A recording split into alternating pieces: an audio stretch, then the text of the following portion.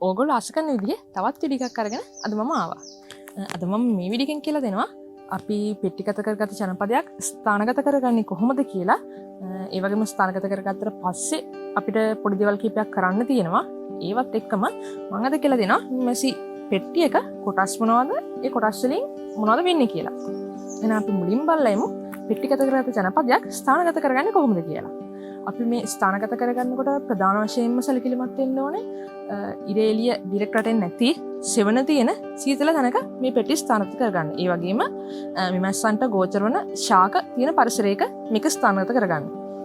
ඒත් එක්කම ප්‍රධාන වශයෙන්ම අපි සැලකිලිමත් වෙන්න ඕනේ අපේ ගෙදරකට, ඒ කියන්නේ වටේ ගෙවල් වලට හරි ඩිරෙක්ට් මේ ජනපදයේ ගේට්ටුව කොටස, ඒ කියන්නේ ඉස්සරහ පැත්ත හිටින්නේ නැති වෙන්න මේ ජනපදය ස්ථානගත කරගන්න ඕනේ. ඒකින් බලාපොරොත්තු වෙන්නේ අපි ගෙදර ලයිට් දැම්මහම මේ මිමස්සෝ ඒ ලයිට් එළියට ආකර්ෂණය වෙලා ඒකට එන්නේ එක වළක්ව ගන්න තමයි. එතකොට තවත් අපි මේ ජනපදය ස්ථානගත කරගනිද්දී ආධාරක කණුවක් සිටව ගන්න ඕනේ. ඒක ශක්තිමත් කණුවක් වෙන්න ඕනේ සහ ඒක අඩි 3ක විතර පොළොවේ ඉඳලා අඩි 3ක විතර උසකින් තමයි අපි මේ ජනපදය ස්ථානගත කරගන්න ඕනේ. ඒත් එක්කම ඔයගොල්ලෝ දැන් පේන ඇති මේ ජනපදයේ මේ ආධාරක කණුවේ මම ග්‍රීස් ආලේප කරලා තියෙනවා. ඒකෙන් බලාපොරොත්තු වෙන්නේ මේකට පිටතේ ඉන්න සතුන්ගෙන් වෙන ත්‍රෙට්ස් නවත්ත ගන්න. කියන්නේ කූඹි, දිමි වගේ සත්තු මේ ආධාරක කණුව දිගේ ඉහළට ඇවිල්ලා මේ ජනපදයට වෙන හානිය වළක්ව ගන්න තමයි ඒ දේ කරලා තියෙන්නේ. ඔයගොල්ලන්ට මේ වෙනකොට ජල උගුලක් උනත් පාවිච්චි කරන්න පුළුවන්. මම ඒක පැත්තකින් දාන්නම්. උනාට ජල උගුලේදී අපිට තියෙන ප්‍රශ්න තමයි ඒකේ මధుරෝ බිත්තර දාලා ඩෙංගු මధుරෝ බෝ වෙන්න පුළුවන්. ඒ නිසා එතෙන් දුකල සැලකිලිමත් වෙන්න ඕනේ. එතෙන්ට මාළු දාලා ඒක වළක්ව ගන්න පුළුවන් අපිට. ඒ වගේම මම මෙතන ජනපදයට උඩින් ඇල්මිනියම් තහඩුවක් තියලා තියෙනවා. ඒ තහඩුවක් කියන්නේ අපිට ඇත්තටම මේ මිස්පෙට්ටි වහලයක් තියෙනවා. නමුත් ඒ වහලෙන් පෙට්ටියට ලැබෙන ආරක්ෂාව මදි. ඉතින් එතකොට වැස්සෙන් වෙන හානිය නවත්ත ගන්න තමයි මේ තහඩුව තියලා තියෙන්නේ. ඒ තහඩුව හුළඟ යන එක නවත්ත ගන්න මෙතන උළු කැටයක් ඊට උඩින් තියලා තියෙනවා. දැන් එහෙනම් අපි බලමු මිමැසි පෙට්ටි එක ප්‍රධාන කොටස් මොනවද කියලා. ඊට කලින් මම කියන්නම් ඔයගොල්ලන්ට අපිට මිමැසි පාලනය පටන් ගන්න ඉන්න ඕගොල්ලන්ට තියෙන්න ඕනේ අත්‍යවශ්‍යම දේවල් මොනවද කියලා. ප්‍රධාන වශයෙන් අපිට ඕනේ මේ දැල් ආවරණය සහිත තොප්පිය. මේ දැල් ආවරණයෙන් ඒගොල්ලන්ට ඇතුළට එන්න බෑ. ඒ නිසා අපිට ඉහළ කොටසට මුහුණ කොටසට හොඳ ආරක්ෂාවක් මුලින් හම්බ වෙනවා. ඔයගොල්ලෝ මේ විනෝඩ පාවිච්චි කරන්න පුළුවන් ඇඳුමක් තියෙනවා. ඒක මුළු ඇඟ ශරීරය මේකෙන් ආවරණය වෙනවා. මං ගාව අද නෑ ඒක පෙන්නන්න. මම මේ පැත්තෙන් ඒක ෆොටෝ එකතු කරගෙන දාන්නම්.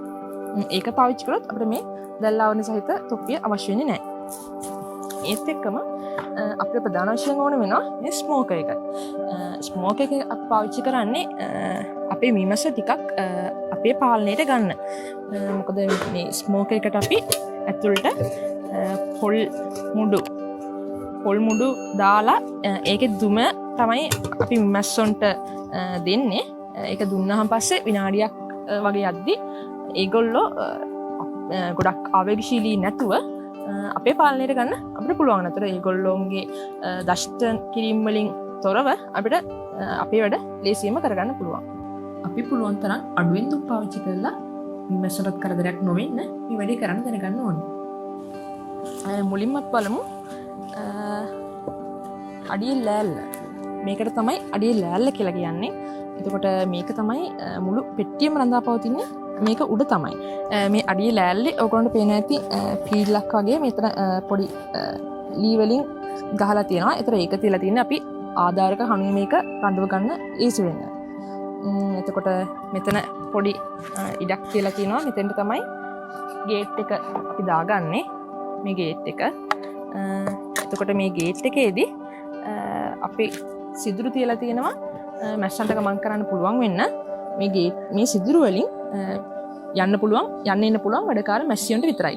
පිරිමි මැස්සටවත් රජිනටවත් මේ සිදුරු වලින් යන්න එන්න බෑ. ඒතර අපි ගේට් එක වැහුවොත් එළියට යන්න එන්න පුළුවන් වැඩකාර මැස්සියන්ට විතරයි.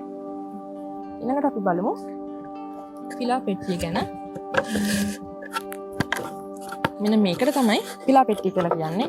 ඇත්තටම මේකේ තමයි ඒගොල්ලොන්ගේ ජනපදය ඉදිරියට ගෙනියන වැඩ ටික ඒගොල්ලෝ කරන්නේ. ඒ කියන්නේ රැජින බිත්තර දාන්නේ ඒ දේවල් කරන්නේ මේ පිලාරාමුවේ තමයි. මෙන්න මේකට තමයි පිලාරාමුවක් කියලා කියන්නේ. පිලාරාමුව පැණි රාමුවකට වැඩිය දිගින් අඩුයි.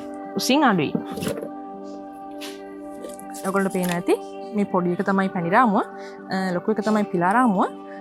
එතකොට මේ පිලාරාමුව වල තමයි මැසි රැජින බිත්තර දාන්නේ.